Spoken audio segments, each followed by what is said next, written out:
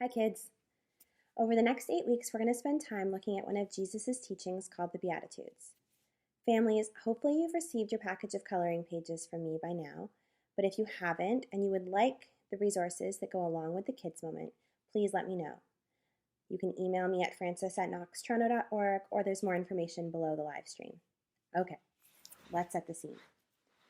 Back in Jesus' time, life was really difficult for many people.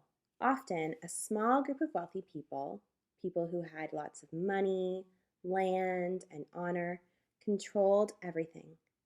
Money and land were some of the most powerful things a person could have in Jesus' time.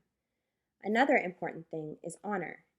To have honor meant that you had people's respect and that you belonged.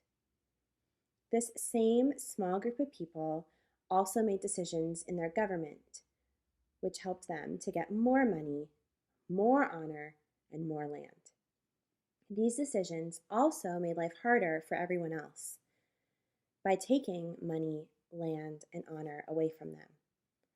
This method of decisions being made by a smaller group of people that only benefits a smaller group of people and makes life harder for others is called an oppressive system. Jesus couldn't wait to show people how backward this is. So he began to help them by healing them from all kinds of sickness and telling them about God's kingdom. You can think of a kingdom as the way the world works or is set up underneath a king or a queen. As well as heal so many people's hurts and pain, Jesus also cared for the people another way. He taught them, bringing healing to their minds, their hearts, and their souls. Jesus led the people who were following him to a mountain to teach them. Mountains had a special meaning in Jesus' time. People believed that mountains were holy places to connect to God. So Jesus chose a mountain to talk to the people from. We sometimes call this the Sermon on the Mount. A sermon is a talk meant to teach and help people to grow in their relationship with God. People were so interested in what Jesus had to say that they climbed a mountain to listen. Kids, do you want to climb a mountain with us this morning? Okay, stand up. There are many ways to move up a mountain. Some people hike. Some people use ropes. Some people roll using a hiking wheelchair. And some people might climb. Let's pretend to climb this mountain together. Pick which way you'll move up the mountain. Ready? Let's go.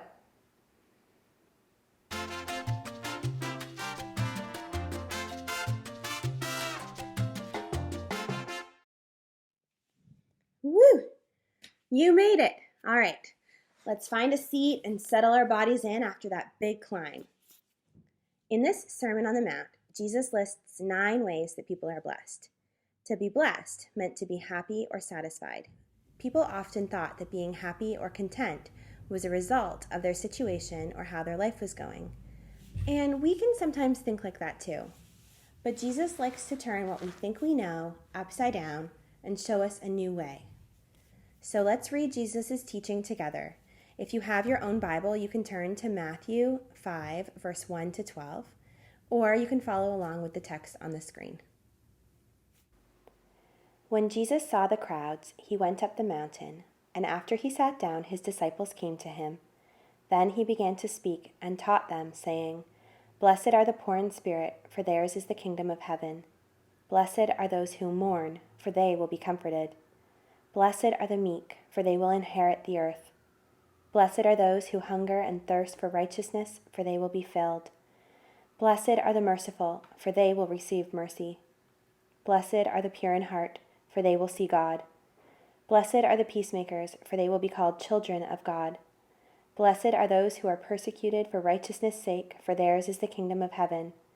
Blessed are you when people revile you and persecute you and utter all kinds of evil against you falsely on my account. Rejoice and be glad, for your reward is great in heaven, for in the same way they persecuted the prophets who were before you." These words from Jesus made people feel a variety of different ways. Confused, surprised, relieved. How do you feel when you hear these words from Jesus? Did you notice that each beatitude seems to have two parts? First, Jesus makes a statement. Then he gives a promise. For example, Jesus states, "Blessed are the poor in spirit." And then he promises, "For theirs is the kingdom of heaven." In each of these verses, Jesus names a group of people that we wouldn't think of as being happy, content, or blessed, and then he offers them a promise for healing and hope right now, not just in the future. The way Jesus promises these blessings is a way of bringing God's kingdom here and now. In God's kingdom, there is enough for everyone. I'm really excited to look at these Beatitudes with you these weeks, kids. That's it for now. Can't wait to see you next week.